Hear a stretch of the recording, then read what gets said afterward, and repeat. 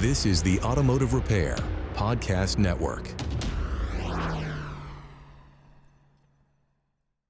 Welcome to another episode of Speak Up Effective Communication, the show on the Automotive Repair Podcast Network focused on your communication and leadership skills. I'm your host, Craig O'Neill, and in our episode today, I want to discuss one of the things I hated most when I was working as a service advisor and felt guilty of multiple times when I was a technician as well. But when I was advisor specifically, when I had to call the client with additional findings after they had authorized the initial service work. In my early experience, you need to understand that minor repairs were the minority of what I dealt with. As an automatic transmission specialist, most of the jobs we had were major, budget breaking, day-long ordeals, week in, week out. And in that world, when we had a vehicle in need of a major transmission overhaul, we genuinely hoped that there were no additional findings on that vehicle, as each item that we found on the vehicle added to the difficulty of gaining approval to do the thing we were specialized in, that transmission rebuild.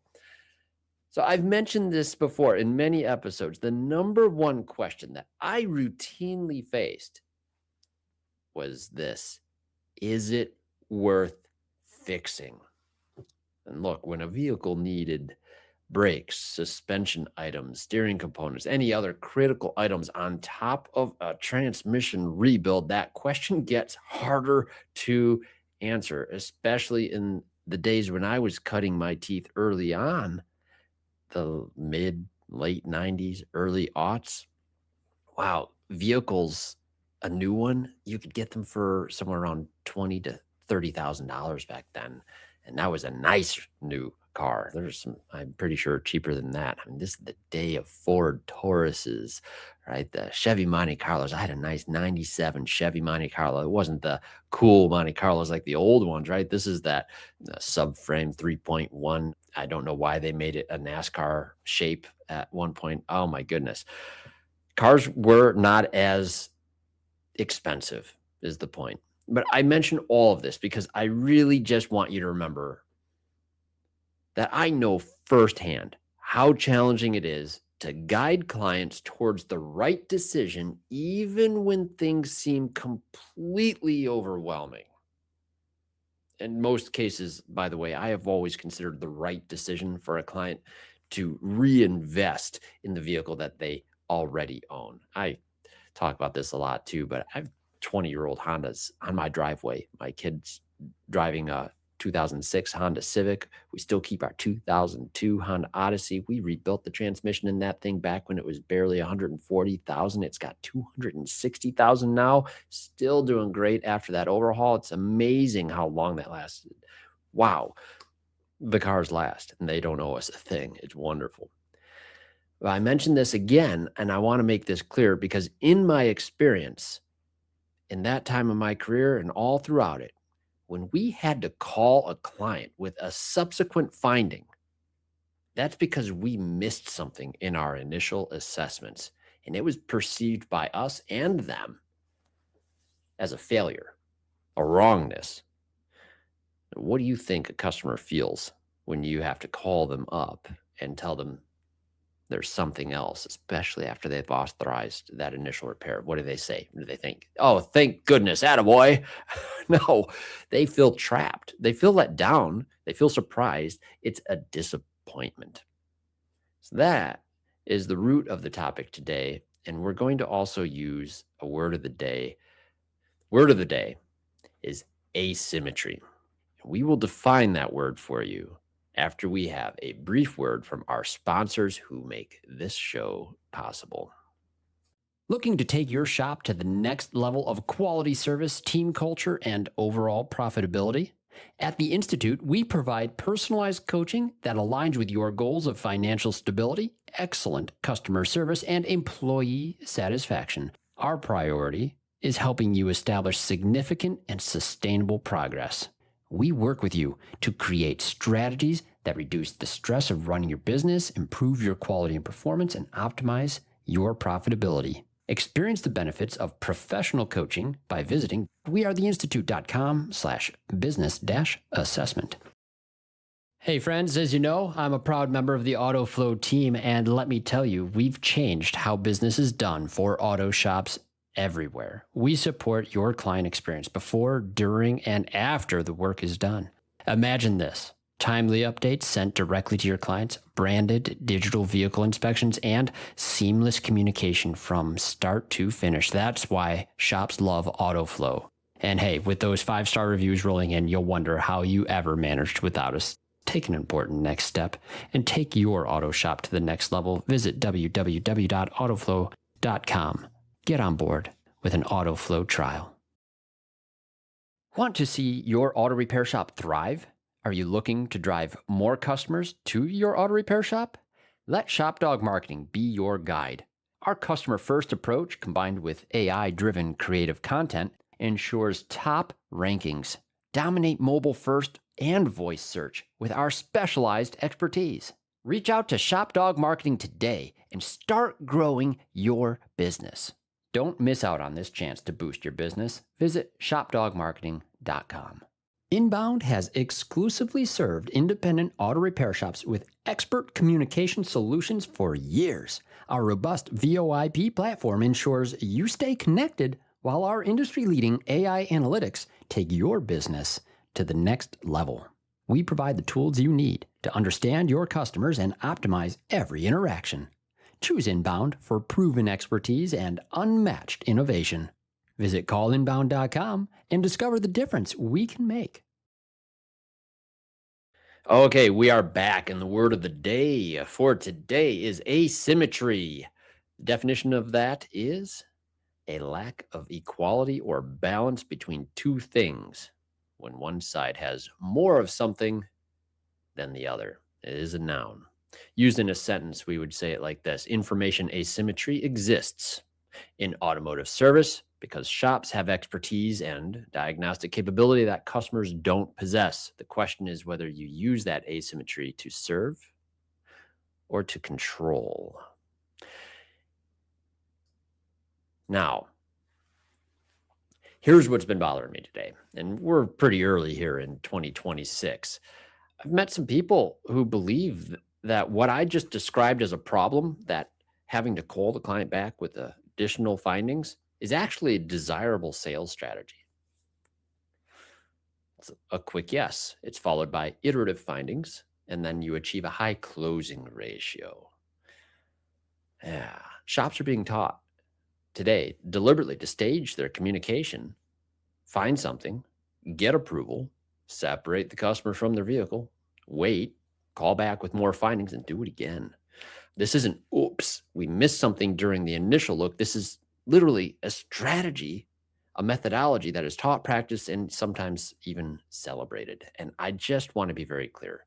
I'm not trying to condemn a situation where we do legitimately find something that was unanticipatable, like during disassembly of a vehicle on a major repair. This was often the case for us in the transmission shop. You find things as you disassemble some of these very complex, tightly packed components in vehicles, things that you would never have seen even in your most comprehensive inspections. These things happen. That's legitimate. I'm talking about finding things that should have been visible during a complete inspection, but it wasn't shared, even though it was found. Like you knew it, but you chose not to present it, intentionally staging revelations as we go.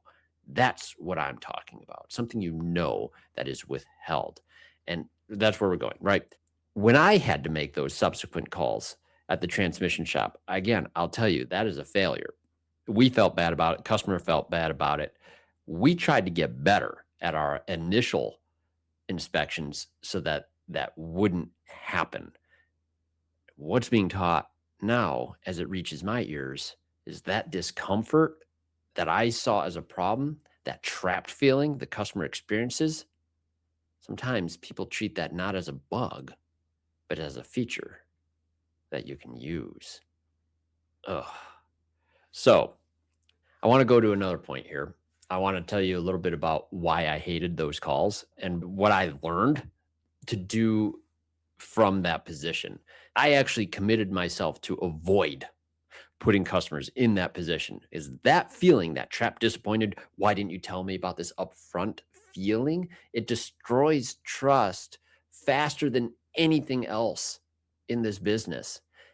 They feel manipulated. Even if you do get the approval, it feels bad that that is the way the approval came about. And on this podcast, we don't aim to become good communicators to manipulate people into a decision that we're trying to guide them to. We want to be good communicators so we can influence people ethically.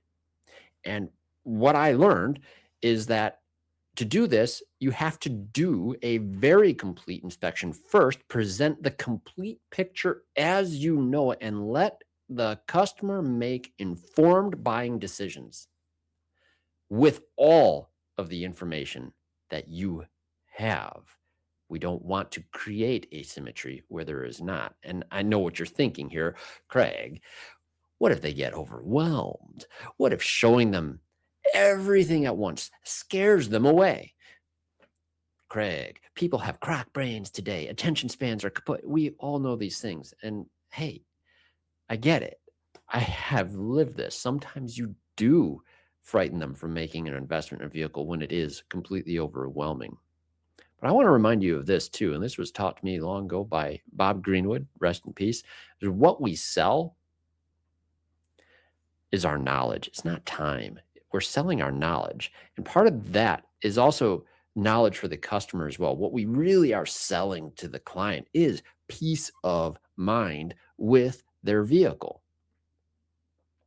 So when you do present everything all at once, organized by priority, safety items here, reliability concerns here, maintenance recommendations there, clients can actually think, and especially when you can connect it to them with what you know is important to them from a relational standpoint, connecting that with the true state of health of the car. Oh, you're making a repair plan here. They can ask, what happens if I wait on this? You can answer that question.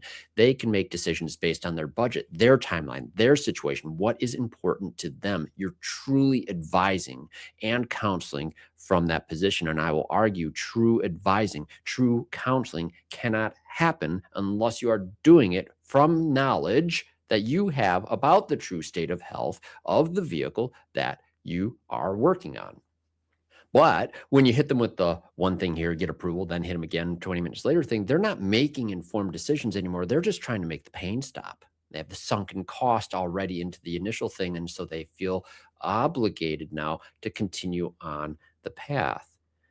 I learned to present the full picture. I believe anybody can do this. I had to learn how to do this and help them understand that value before the day and age of digital vehicle inspections. And I find it so strange that in this day and age of digital vehicle inspections, we're starting to see this topic resurface in a totally different way.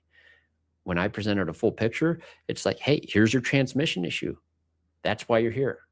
But while we had it up, we also found these brake concerns, this suspension wear, this fluid leak. Let's talk through what's urgent, what can wait, and what makes sense for your situation. Obviously, the car doesn't go right now. We can make it go, but we don't want to make it go right into the ditch after it's going. So did I close 100% of everything with the full-on approach? Yeah, I mean, sometimes. But I will tell you this, 100% closed my eyes to sleep each night. Until financial stress of the family business and other things because of other things. But yeah, that's just another story for another day. Point is, ethically, that is so important that you feel good about how you're communicating things to the client for your own health and well-being as well. And you just can't put a price on that. There is no metric for it that people are tracking today. Now, I don't have a name for the approach that I'm advocating for, but I think I'd label it as simply this: values-based client education. That's the model. That's the one I encourage you to follow. So let's look at this again. I am seeing this as, I hope not, a systemic problem. I really hope not. And I don't want this to seem like an industry indictment either. I certainly don't see this as the norm yet. I'm just seeing some momentum that's shifting in a direction that caused me some unease. I've realized that this industry seems conflicted with this notion today. And be it deliberate or not, I'm seeing a renormalization of something that I thought we defeated. Transparency had been the word for a while, and I think it got overused. I think we used the word too long, and now people are trying to bring some mystery back into the equation once again. And that isn't how this world works anymore, especially in this age of AI. I feel like we have knowledge and we should know how to inspect a vehicle and how to present it and give people a full picture of this pretty easily. I feel like what's happening now is some rationalization that withholding information is just good sales psychology, that controlling when and how customers receive the findings is managing the conversation, that separating customers from their vehicles is standard procedure to create urgency as opposed to just being necessary in many, many cases. Let's call it what it is. When someone strategically stages findings to maximize approvals, I feel like we're taking a shortcut to a yes. And the rationalization here that everything we're finding is real, so it's not dishonest, that doesn't hold up for me, because honesty isn't just about whether the findings are legitimate. It's about whether the customer has complete information to make informed decisions. And that matters for even the first decision we're asking them to make. It is our professional responsibility to ensure vehicles are safe, reliable, and efficient. That is why we perform inspections on every single vehicle. I'm quoting again my good friend, Coach Bob Greenwood. I was taught that phrase and I lived it. And he would even add, as I've discussed in previous episodes, we won't let you down. Folks, it's a letdown if you have to call them up with surprise information shortly after. My hope is that you won't take a shortcut to yes, but instead, you'll stay on the straight and narrow path of professional responsibility. Truly counsel and advise with all of the information you can learn and share, and avoid painful surprises for your clients. So I hope this resonates with you, as it's been on my mind lately. I felt it's a conversation I really wanted to have with our audience today. So thank you so much for listening. If you have something to add, something you're curious about, something you'd like to talk about, email me here at speakup@craigoneil.net. That's ONEILL for O'Neill. We appreciate hearing from you on anything that helps or suggestions on topics that you'd like to hear us discuss on the show, anything that will help you on your communication journey. And remember, listen up to the other shows on the Automotive Repair Podcast Network. And don't forget to download our new app so you can listen focused, free of distraction. It's such a great app.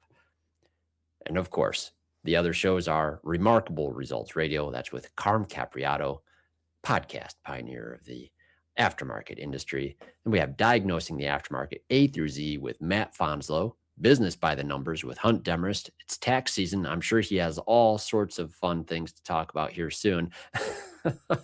The Auto Repair Marketing Podcast with Brian and Kim Walker. And of course, there's the Weekly Blitz with Coach Chris Cotton. And I have to say, once again, thank you so much to our sponsors who make this show possible. Our sponsor at the Institute, AutoFlow, Inbound, and Shop Dog Marketing.